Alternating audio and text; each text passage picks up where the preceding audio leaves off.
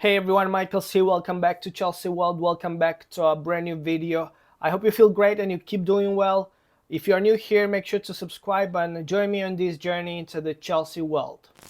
So let's begin with a couple of thoughts on Chelsea's servant. Chelsea lost 2-1 and it wasn't a great performance. It was a poor performance, and actually I don't care about that result as long as we are through, and I don't care about that game. Many people, many fans try to make something, what a disastrous game, and how poor we were. Yeah, we were poor, but the pitch also was so horrible. And actually, at this point, I don't care. The most important is that we are through, and let's focus on Premier League, build something there. Because yeah, if Chelsea didn't qualify, that would have been a problem, a disaster, of course. But when we are through, I think let's forget that game and focus on Premier League. We were good, we were decent, we had some good chances, and we were unlucky to not kill the game. And anything else, I think it doesn't matter. Nothing to worry about, because we are through. We need to build a good momentum in Premier League. Let me give you guys my lineup for Chelsea Crystal Palace. In goal is going to be Robert Sanchez. He's the Premier League goalkeeper for Chelsea this season. And by the way, I don't want to say nothing bad about Jorgensen. I don't think that's a mistake from him. It was a mistake, but it was something unlucky that could happen to anyone. And I think he's still better for me than Sanchez. But Sanchez will start against Crystal Palace, and hopefully he starts to be more confident and not making stupid decisions, because the game against Wolverhampton he's played really well and gave the pre-assist pass to Nicholas Jackson. And let's believe in Robert Sanchez that he'll improve and he'll be an important player for Chelsea. In the back, I'll start Colwell and Fofana, as I said. Left back Cucurella, right back Gusto, center midfield Caicedo and Enzo. About Enzo, I'm not sure. He's played the game against Servette, and I think he'll start, but I'm not sure about that. Caicedo and Enzo in midfield, Palmer ahead, attacking midfield. On the left side, I think is going to play Neto, Pedro Neto, Jackson up front, and Madueke on the right wing.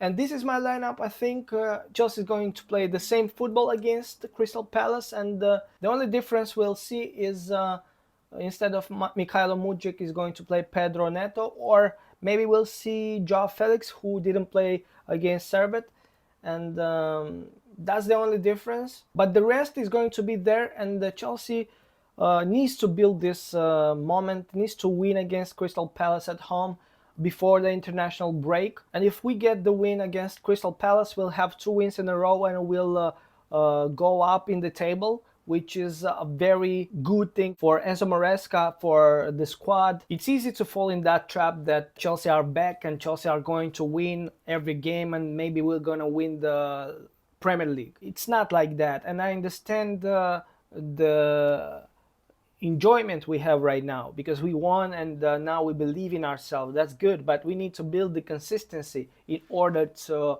move to another level and to turn the page. Otherwise, we delude ourselves, and we need to keep our feet on the ground. It's still the beginning, it's still early to judge, but we also need to understand that, yeah, Chelsea lost to Servette, but we qualified. We don't have to trash Chelsea for a poor performance, because you forget the context. And in my opinion, everything is the context. Chelsea are at the beginning of building something huge, and there is potential, and we saw some glimpses against Wolverhampton, and now we need to believe more. But if we lose to Servette but we qualify, it's not a huge problem.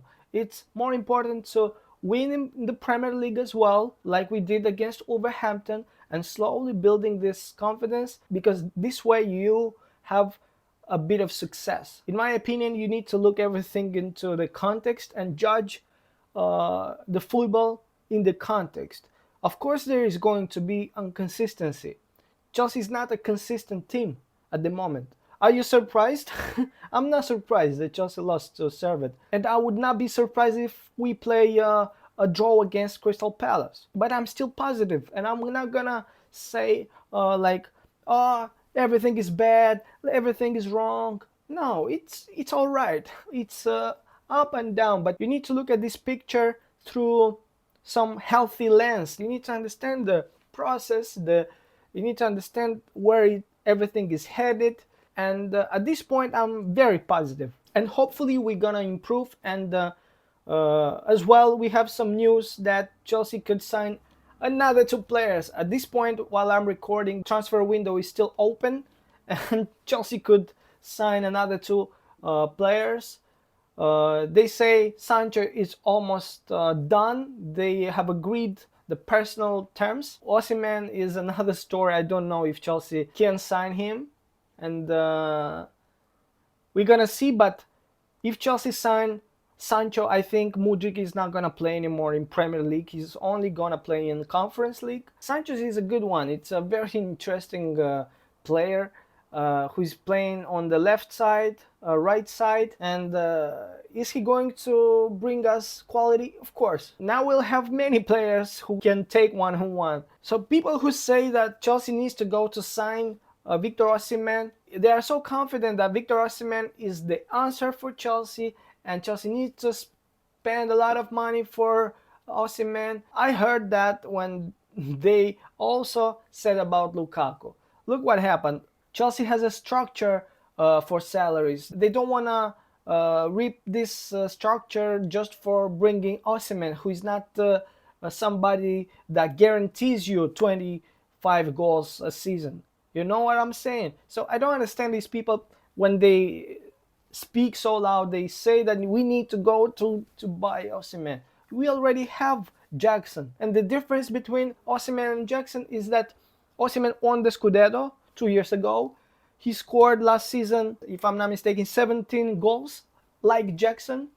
And the issue is just that he was the goal scorer 2 years ago. And he's more experienced. He's 25 years old, if I'm not mistaken.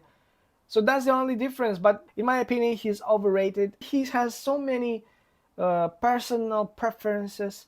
He has a huge salary. He don't want to come to Chelsea. Look, they talk now about this. They are discussing and they can't agree on personal terms. You know what's going on in his mind? He wants his money and not Chelsea. He wants his money and Chelsea is not the priority for him. We're gonna see what's going on. I don't know what's gonna happen. So many offensive players. We're gonna see. Thank you for watching. Let me know your thoughts in the comments. Make sure to subscribe, like this video, and see you soon with another video. Take care.